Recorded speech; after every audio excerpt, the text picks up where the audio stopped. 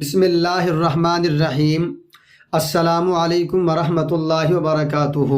پیارے بچوں، امید ہے کہ آپ سب خیریت سے ہوں گے۔ آج ہم پڑھیں گے انشاءاللہ منہاج العربیہ حصہ اول کے سبق نمبر 12 کا پہلا حصہ۔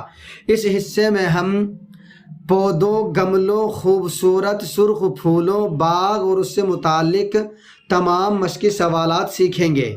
اس میں سوالات و جوابات بھی سیکھیں گے اور ہم عربی سے اردو میں ترجمہ کرنا سیکھیں گے۔ آئیے سب سے پہلے ترجمہ کرنے کا طریقہ سیکھ لیتے ہیں۔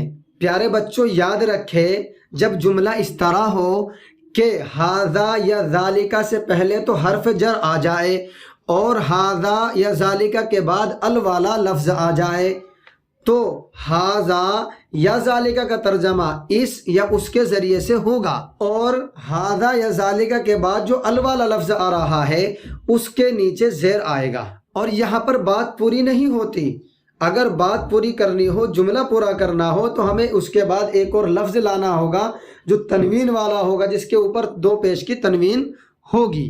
جب ھذا یا ذالکا سے پہلے حرف جر آ جائے تو ھذا یا ذالکا کا ترجمہ اس یا اس کے ذریعے ہوگا۔ ھذا یا ذالکا کے بعد آنے والا ال والا لفظ مجرور ہوتا ہے، اس لیے اس کے آخر میں کسرہ یعنی زیر آئے گی۔ بات یہاں مکمل نہیں ہوتی بلکہ اس کے بعد ایک تنوین والا اسم آتا ہے، تب جا کر کے جملہ مکمل ہوتا ہے۔ مثال سے بات دیکھیے، یہ ایک جملہ ہے علی ھذا الکرسی کتاب۔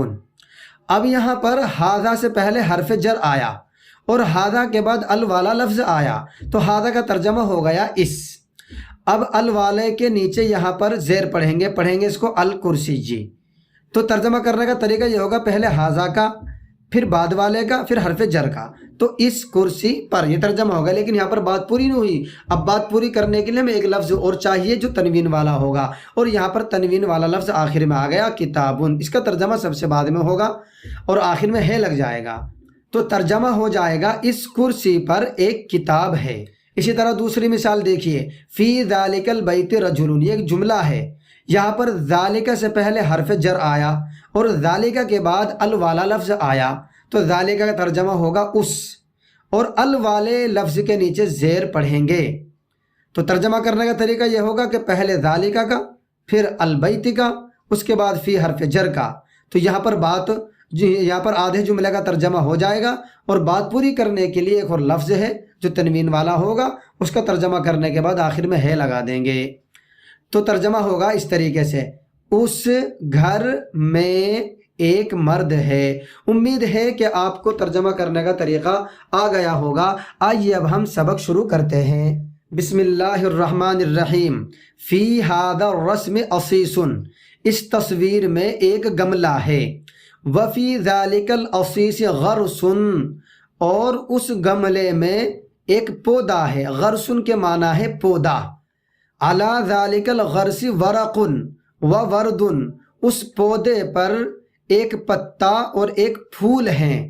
یہ بھی ترجمہ کر سکتے ہو، دوسرا ترجمہ یہ بھی کر سکتے ہیں آپ یہاں پر، اس پودے پر پتے اور پھول ہیں۔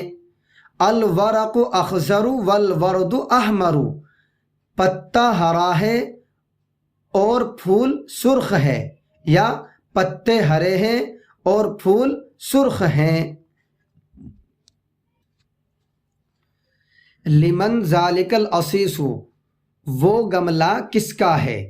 ذالک العصیص لذالک الرجل، وہ گملہ اس آدمی کا ہے۔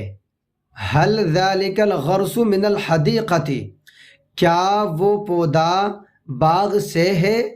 یہ ترجمہ ہو گیا، اور اس کا ترجمہ آپ یوں بھی کر سکتے ہیں، کیا وہ پودا باغ کا ہے؟ نعم ذالک الغرس من الحدیقۃ، جی ہاں وہ پودا باغ سے ہے۔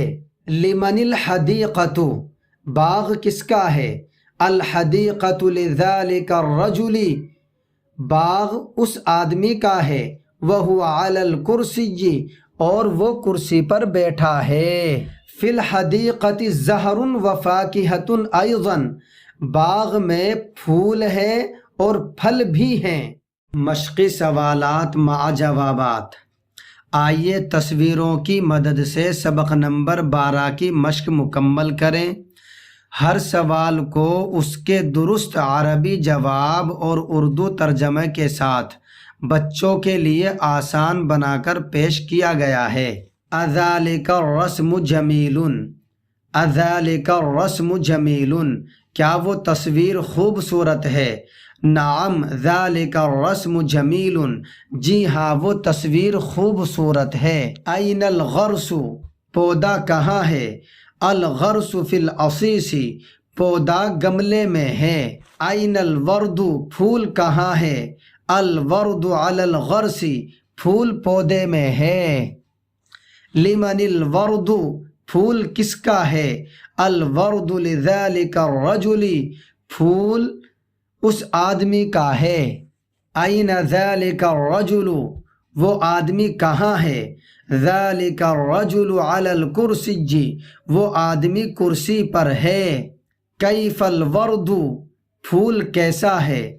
الورد احمر، پھول سرخ ہے۔ کیف الغرس، پودا کیسا ہے؟ الغرس اخضر، پودا سبز ہے یا پودا ہرا ہے۔ الحمدللہ ہمارا یہ سبق نمبر 12 کا پہلا حصہ مکمل ہو چکا ہے۔ اس میں جو سوالات تھے ان کے جوابات بھی اس میں شامل کر کے آپ کو پڑھا دیا گیا ہے۔ اب آپ کی ذمہ داری ہے کہ آپ اس کو بار بار پڑھیں، بار بار پڑھیں۔ اگر یہ سبق آپ کی سمجھ میں آیا ہو تو اپنے ساتھیوں کے ساتھ بھی شیئر کریں تاکہ ان کو بھی نفع ہو جائے۔ ملتے ہیں انشاءاللہ اگلے سبق میں۔ السلام علیکم ورحمۃ اللہ وبرکاتہ۔